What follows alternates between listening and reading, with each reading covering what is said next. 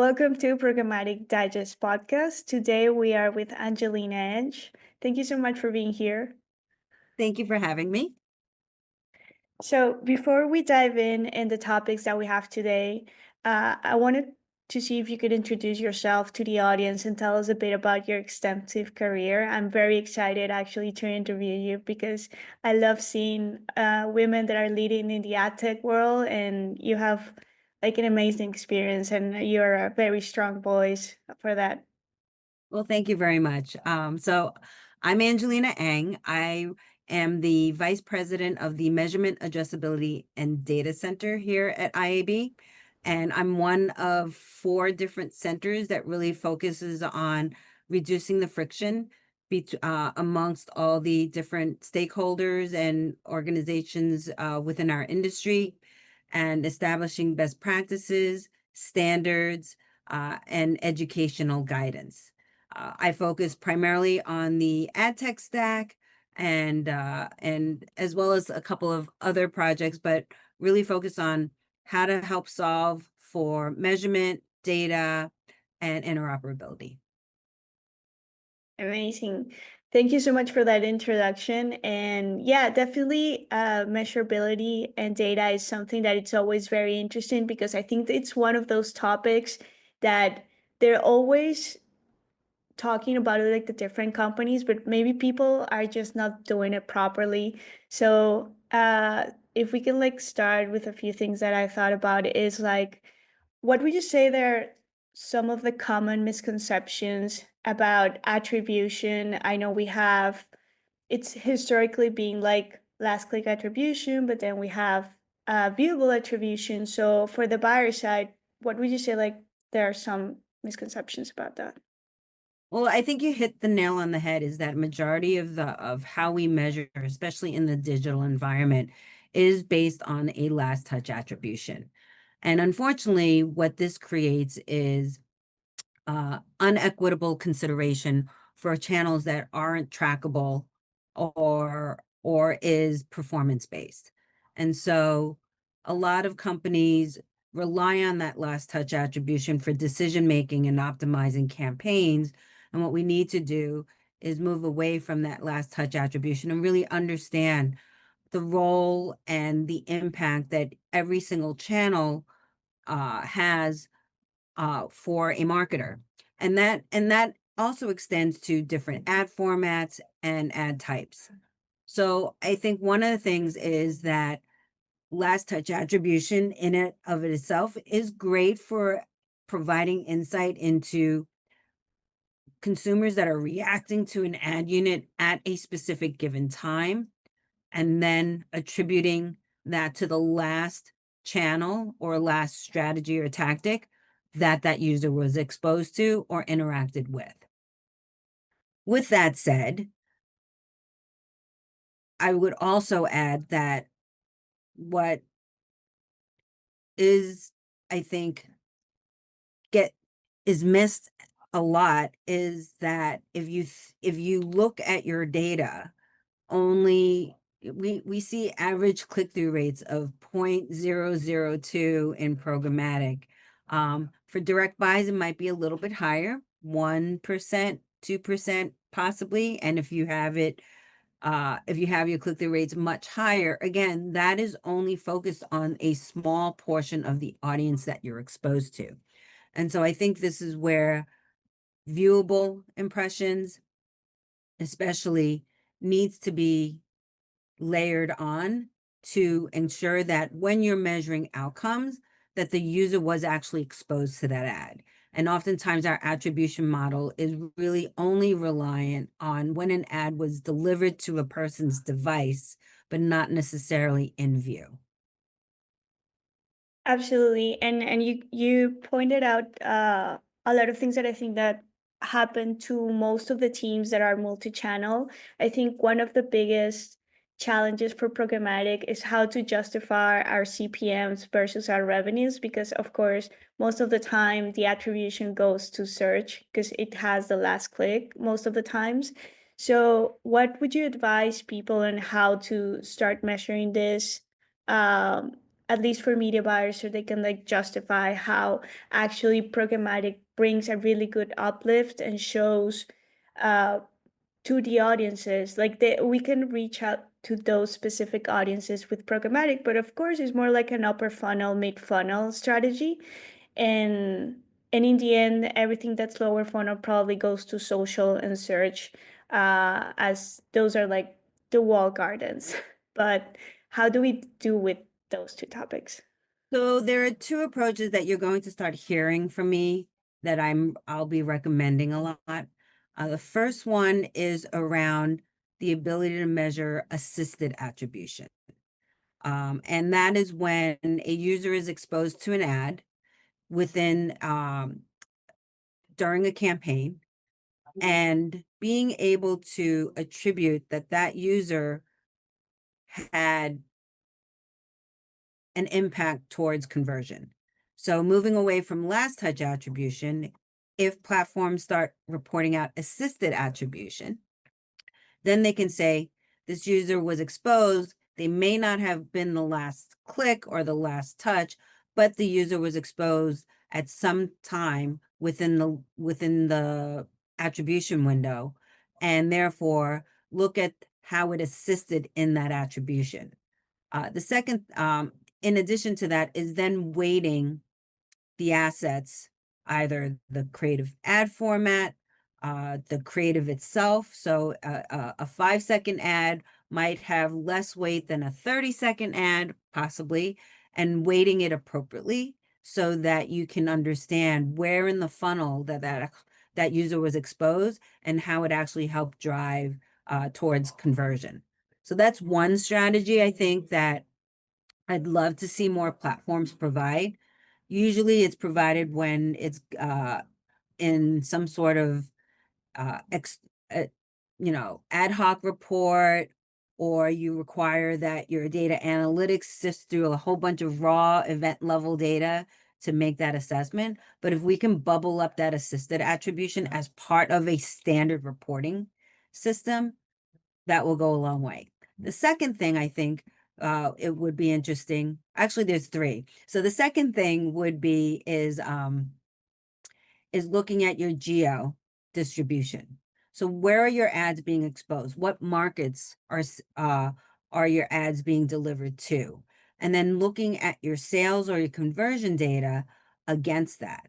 Because what you might find is that you might be oversaturating one market more than the other, or that you're seeing conversions in a market where ads weren't actually exposed, or least exposed to. So I think there might be some there's some validity in terms of inferring that if you look at where your ads were seen, focus on shifting some of your impressions or your ads towards markets that may be being under delivered against.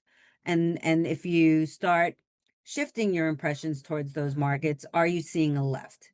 So I think that's the second thing that companies can do. The third is adopting IAB Tech Labs, conversion API standards. So that is now being that is being developed and rolled out. I think there's some experimentation going on at the moment, but this allows brands and agencies to upload conversion data and provide it to a publisher or a media owner, like a CTV provider, where they can now get access to that data and try and match it up to their own first or second party data and optimize campaigns off of those outcomes. So there are three things that can easily be done today. The first two can easily be done today if you just take the right approach. And the third is a bit of an adoption and in terms of integration and getting that all set up appropriately. Absolutely. And thank you so much for explaining this concept of assisted attribution. I think definitely this is a great way of solving, but of course, then you have all the difficulties of having appropriate BI tools to be able to measure this and access to the information. And one of the things that it was very interesting for me, as I work on the other side of the spectrum, I work on the publisher side, is how we can actually work together to oversee this, because of course on the publisher side we have all the first party data available from our users, but we don't really see what's going on with conversion, like how ways that we can assist the buyers in this. So you said that this is currently being developed. Yes, I believe it's in development and it's being tested, and IAB Tech Lab is continuing to refine it as well. So go to IAB Tech Lab and look up CAPI or Conversion API. Amazing. Thank you. I will definitely check it out. And I'm pretty sure everyone in our audience, it's something that's going to be really interesting. And of course, one of the things that it's always the aim for the industry is so we can start making the buyer and the seller just closer so that we can have these types of interactions. Before, we were always talking about data cleaning rooms. And now, if we can pass this in a conversion way, I think it's going to be super helpful and very enriched for the industry. Agreed. Amazing. So one of the topics that I've been thinking while we were talking about measurement and attribution is about attention metrics. A lot has been talked about attention metrics, and I wanted to see your input and if you think this is going to be like a standard KPI at some point, or if this going to be like a metric that it's going to be something that it's going to pass, and then we're going to just stick with viewability. And the last thing would be like how the publisher know this, because we don't have that Yeah. metric, so it's really hard for us to understand the attention metric on our end if we're only selling based on viewability or CTRs essentially. Well, you asked me what are some of the uh, earlier, what are some of the, myths about measurement and so forth. Uh, this question actually applies to attention. So there is no one attention metric. Um, we published it's currently in public comment. However, we're almost close to finalizing it. But the MRC and IAB partnered together and launched a task force called the Attention Measurement Task Force. And this task force developed a measurement guideline that we hope to be standard on how to measure attention. There are 4 different ways of measuring attention. There's one, what we call data signals or proxy signals. So that's information that's coming from a device, that's measuring engagement and behavior and is inferring some, I wouldn't say inferring, but is calculating what a particular measurement score would be. So a lot of data companies think about ad servers, ad verification companies, DSPs can adopt this, in which they can measure attention based on user interactivity on a device. Are they is the image in view or not in view? Are they engaging with the ad? Are they pausing and playing the ad? That is part of attention, right? Engagement is an interaction, is a subset of attention. Then there's eye tracking or visual tracking and facial coding. And that is taking a camera that is either on your device, so think of the camera on your phone or your laptop, or a external camera from a measurement partner where you've opted in to allow these companies to measure if your eyes are actually on screen, and or measuring your facial expressions as well. And they have scientific methods of figuring out if the user is actually paying attention. Where are your eyes focused on? How long is your focal point? Are you navigating in different places? Are you currently on multiple tabs or one tab? So those are great opportunities to measure attention, as well as understand, is an individual presently in the room, or are there multiple people in a room? And is sound on, sound off? Then you have physio and neurological, and those are typically done in a lab environment where you're hooked up with, a EEG scan or brain scan, or it's measuring your blood pressure, your heart rate, your skin temperature, your brain waves, etc., and understanding how you're internally reacting to ads on screen. And then the fourth method is through qualitative qualitative methods such as focus groups, surveys, panels, etc. So if you think about all the different ways that they're measuring attention, there is not one way to measure attention. There's multiple metrics that can be measured by each of these different providers, and each of them have their different way of calculating what attention means. So do I think attention will be a standard? I think that what you're going to see are buyers and publishers leaning into attention providers for insights on if their campaign is generating attention or not. However, I don't see it as a currency. Inter Long-winded explanation, but I felt to provide a bit more context. No, no, of course, and thank you so much for the explanation. It at first I was just like thinking like, oh my God, the attention metric companies, I'm gonna clearly see my attention deficit because of the amount of tabs that I'm constantly seeing and how long I'm seeing too many screens. But then, of course, just having those three good examples, it helps to allow to see that, of course, this is something that is important, but probably not going to be pivotal for the upcoming strategies when people are doing like media planning and such things I as mean, well as like.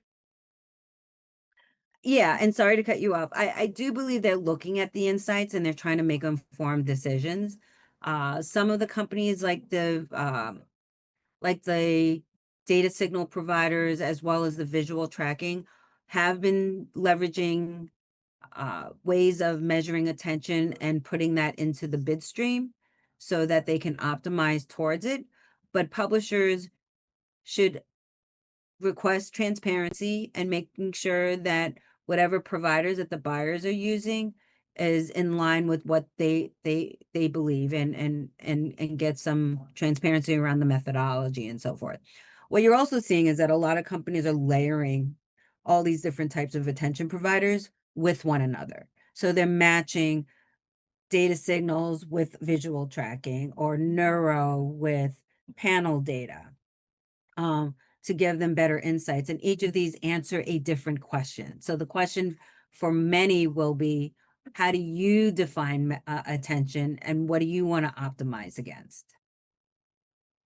Great, and thank you so much for that example. That it makes it more concrete, and I think it gives like a great example on different strategies because of course you mentioned at some point panels and how this may be used for like brand lift purposes or just to understand how many people were in the room, especially for things like CTV. That it's really hard to measure like the impact of a CTV ad. Well, nowadays it's easier, but still like there's always that doubt. So it makes sense and just seeing it from the individual user until like what's in actually in the room. So that's thank you so much for that. It's really interesting, Angelina.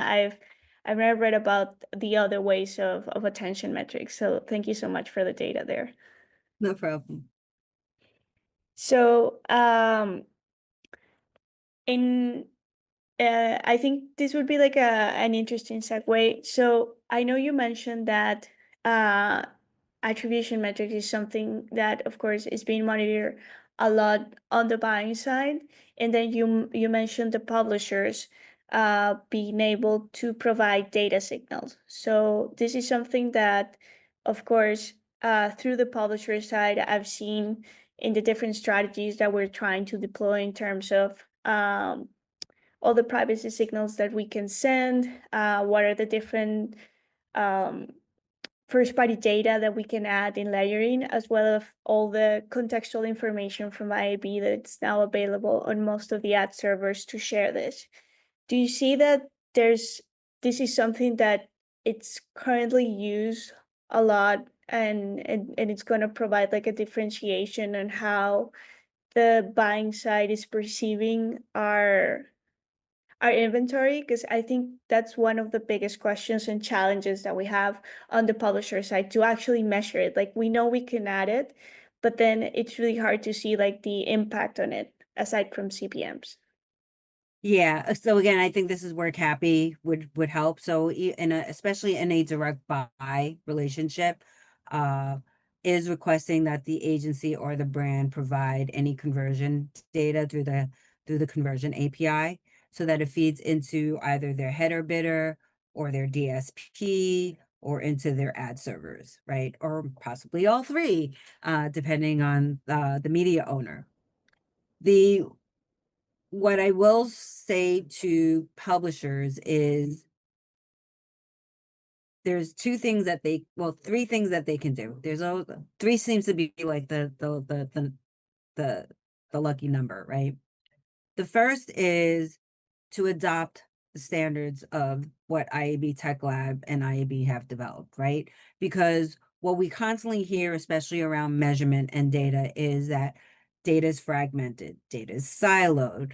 Um, and what we need to do is get away from how your internal organizations want to classify content, placement units, and formats, and move towards being able to have a more harmonious industry where we're talking the same language.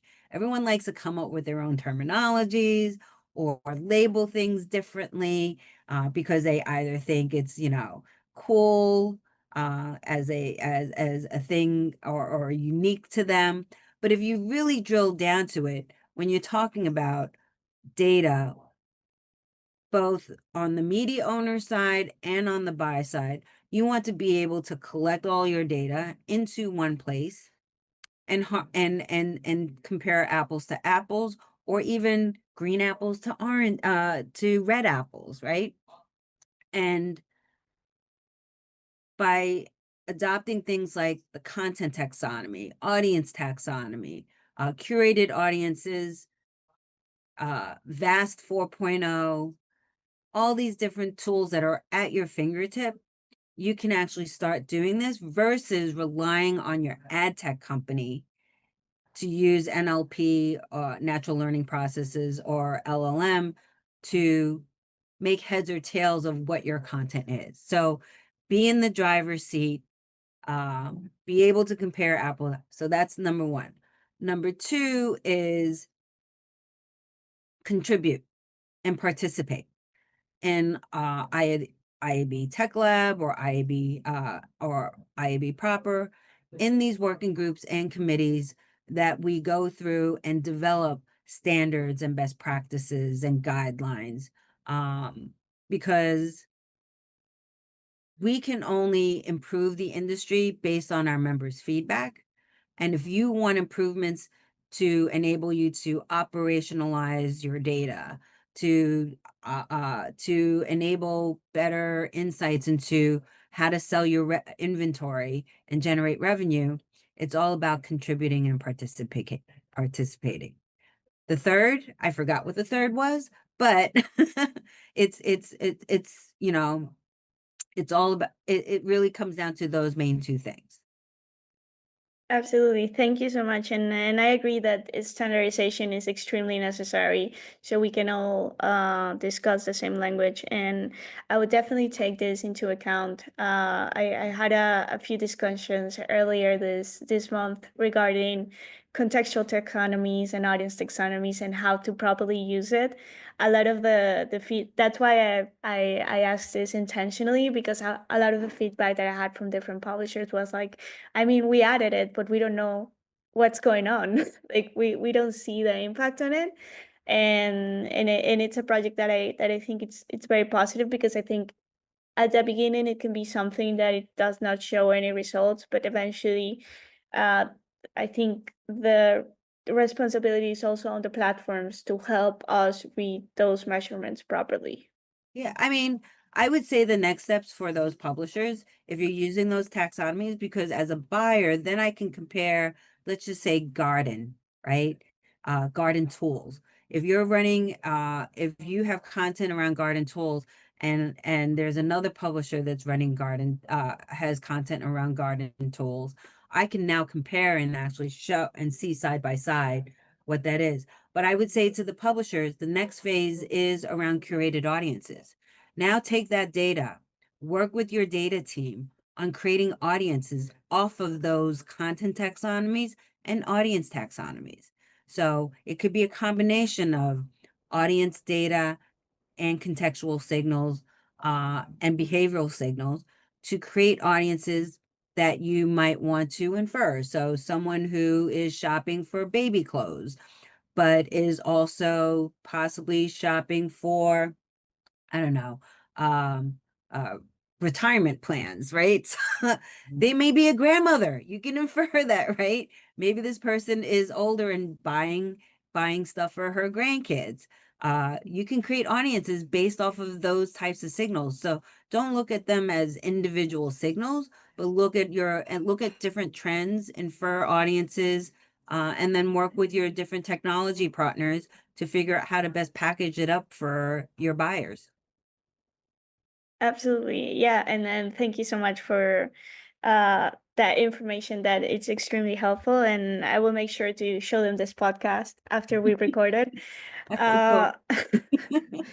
so Angelina, you've been giving us so much like amazing information. I cannot express how excited I am about like learning all the different things coming from someone that is working on the IB, that it's where we actually have as a guideline for a lot of things and that of the industry, and it works in a way that all, of course, like all the pain points that happen in the industry at some point are addressed or not, but they are addressed. So thank you so much for that.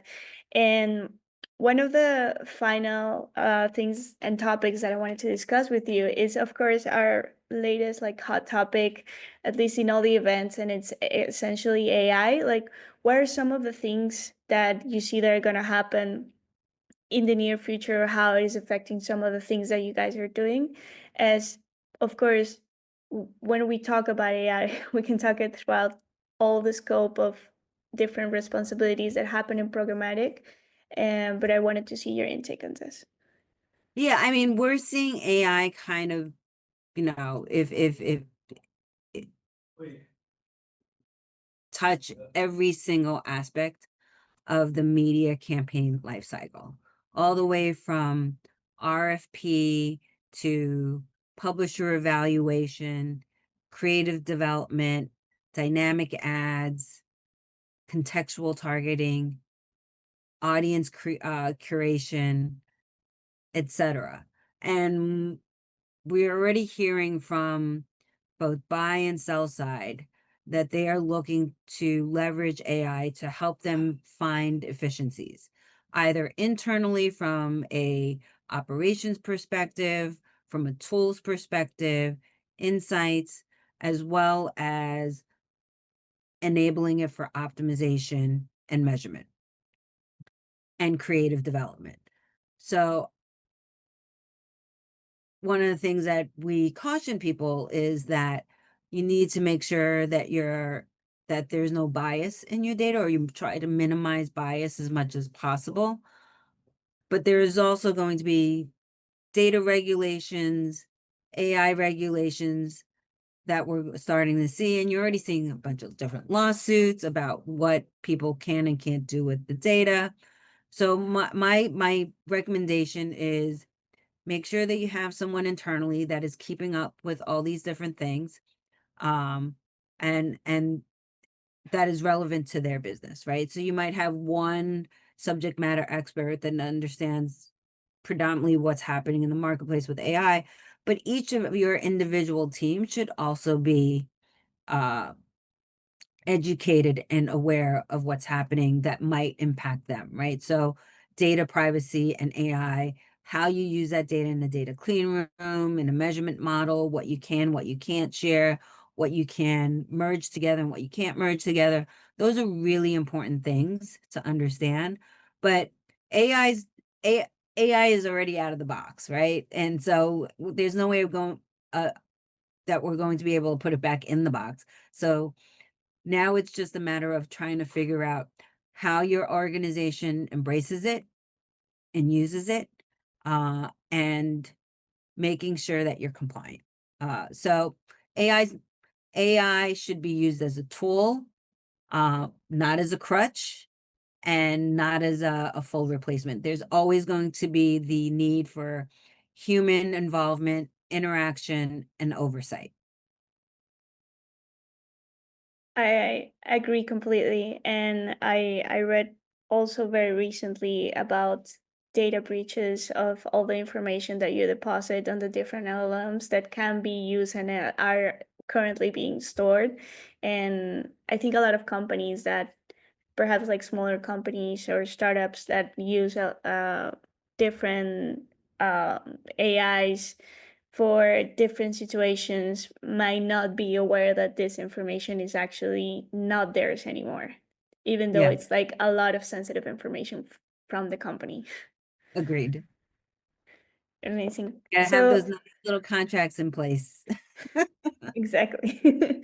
Exactly. So, as a standard tradition for the podcast, thank you so much for all the information that you gave us today. I think it's very valuable to understand a lot of what are some of the things that are going to come and all the recent updates in the industry. But I wanted to ask you if, aside from all the great information that you gave us, if you can share with us like two fun facts about yourself. Uh, to share Oh, with the audience. um, let's see. I have been with my husband for over 34 years, but we've been married for 24. And I still get butterflies every time I see him. So that's one fun fact.